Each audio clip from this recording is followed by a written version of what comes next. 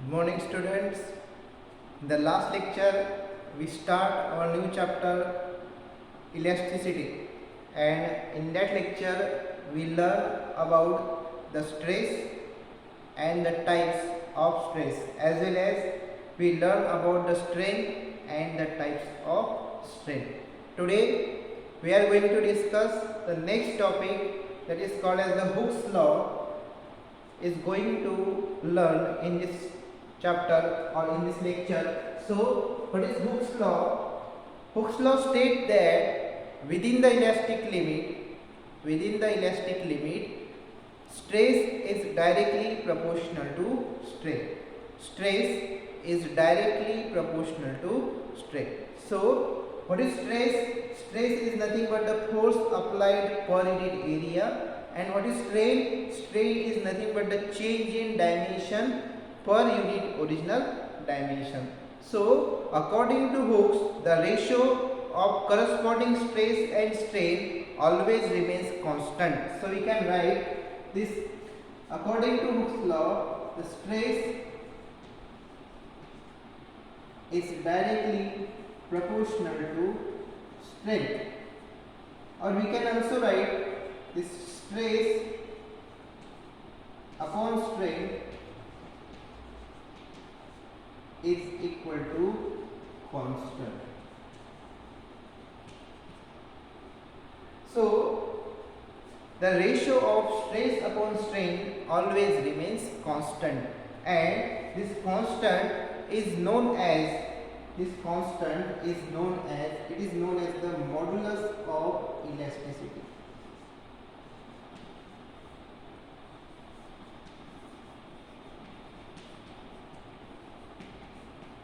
Or it is also called as the simple elastic constants.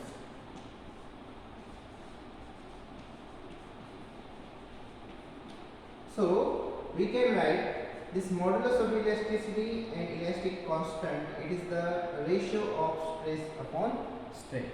Now, what are the units and dimensions of this modulus of elasticity or the elastic constants? We know that stress has a unit Newton per meter square and strain has no unit because it is the ratio of two similar quantities. So, the SI unit of stress is equal to the SI unit of modulus of elasticity. So, we can write the SI unit of the modulus of elasticity as Newton per meter square, or CGS unit we can write as dyne per centimeter square. And the dimensions are, what are the dimensions? Dimensions are M1, L minus 1, P minus 2, which are equivalent to the dimension of pressure. Okay, now this is all about the modulus of elasticity, its SI unit and dimension. Now, as there are three types of stress and three types of strain, so there are three types of modulus of elasticity. So, what are the types of modulus of elasticity? Types of modulus of elasticity. There are three types. The first type is known as Young's modulus.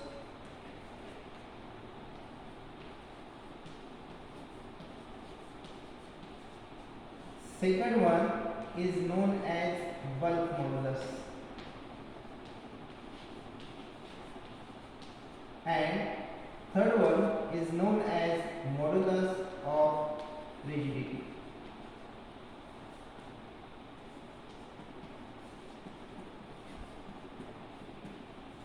So there are three types, as there are three types of stress and three types of strain.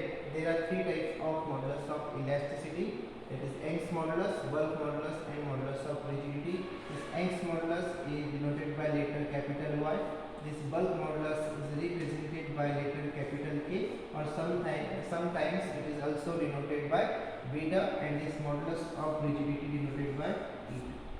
Okay, now we are going to see in detail what is Young's modulus is equal to. So first of all we see what is the Young's modulus.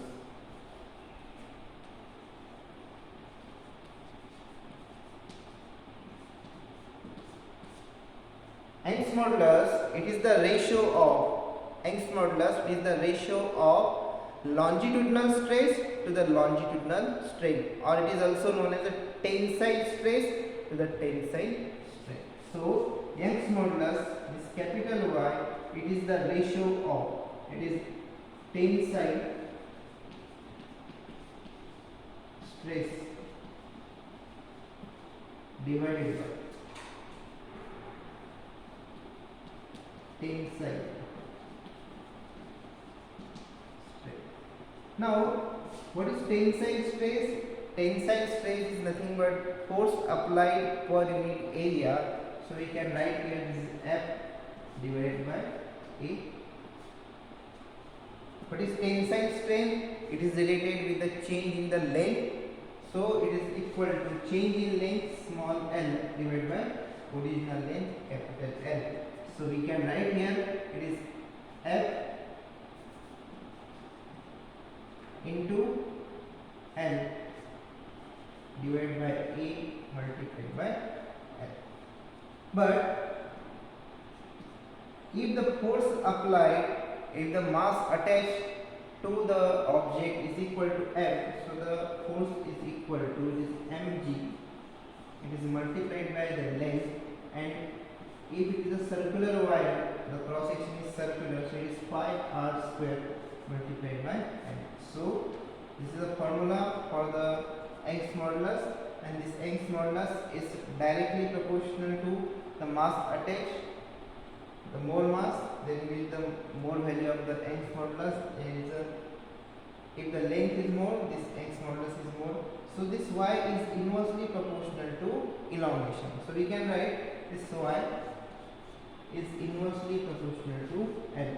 Means if the value of L is less, if the value of L is less, then the value of y must be more. It means if the Young's modulus is more, then the length must be small. Okay, so this is the Young's modulus, which is equal to mgl upon pi r square into L. The SI unit and dimension of this Young's modulus is similar to that of this stress, that is Newton per meter square, dyne per centimeter square, and the dimensions are m1, l minus 1, t minus 2. All these three modulus of elasticity constants have the dimension and SI unit, CGS unit, all are same, which is equal to Newton per meter square. Now we are moving to the second elastic constant, that is nothing but the bulk modulus.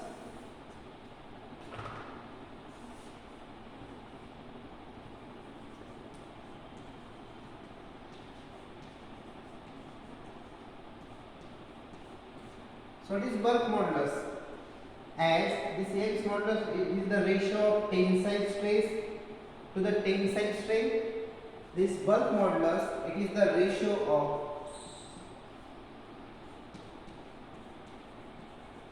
volume stress divided by volume strain.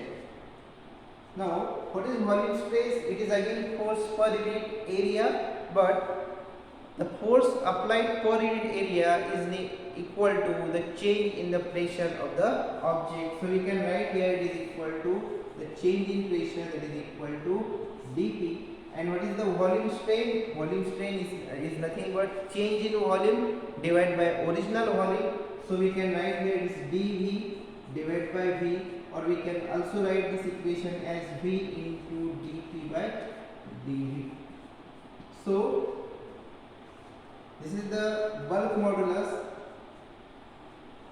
which is the ratio of what? It is the ratio of the volume stress to the volume strain. Also we can write this K is inversely proportional to the change in volume. It is inversely proportional to the change in volume. Means if the value of dV, that is change in volume, is less, then we can say that this bulk modulus will be greater.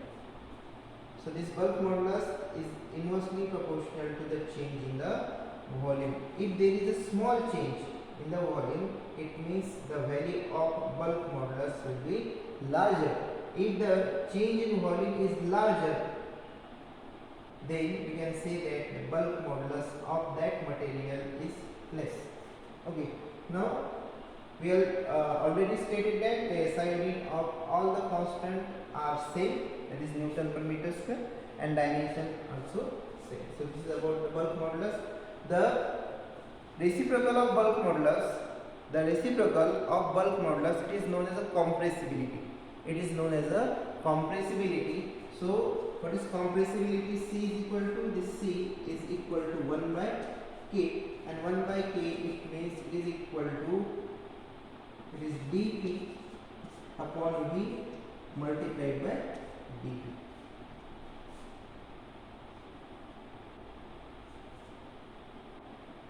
Sorry, it is dV upon V multiplied by dP. So in this way, this compressibility is directly proportional to change in volume. So if the value of dV is less, then the compressibility C also be less. Okay, and vice versa. So this is about the bulk modulus. Now we are moving towards the third constant, that is modulus of rigidity.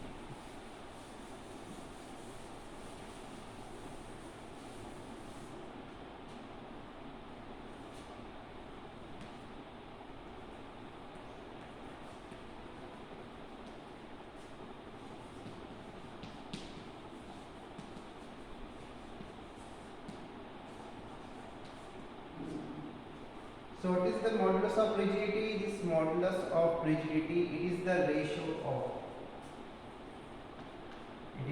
ratio of shearing stress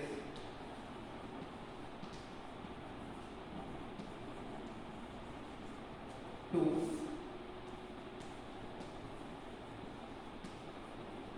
shearing strain. Now what is shearing stress? Shearing stress, it is a stress which is correspond to the change in the shape of the object. So here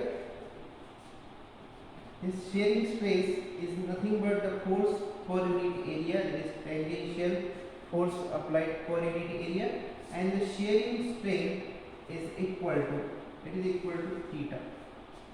So this is eta is equal to F divided by A multiplied by theta. So what is this? This is eta, which is also inversely proportional to theta. Means the shearing angle theta is inversely proportional to the modulus of rigidity. If this theta is very small or the theta is small, then the value of eta must be greater. Okay, and vice versa, we can say that. As the reciprocal of this bulk modulus is known as a compressibility, the reciprocal of modulus of rigidity eta, it is known as flexibility F. It is equal to 1 by eta, which is equal to A theta divided by F. So this is known as the flexibility, which is the reciprocal of modulus of rigidity. So today we saw Hooke's law and the three types of modulus constants, elastic constants. In the next lecture, we see about the Poisson's ratio and also the twisting couple, or we can also see the angle of twist and angle of shear. So this is enough for today. Have a good day. Bye.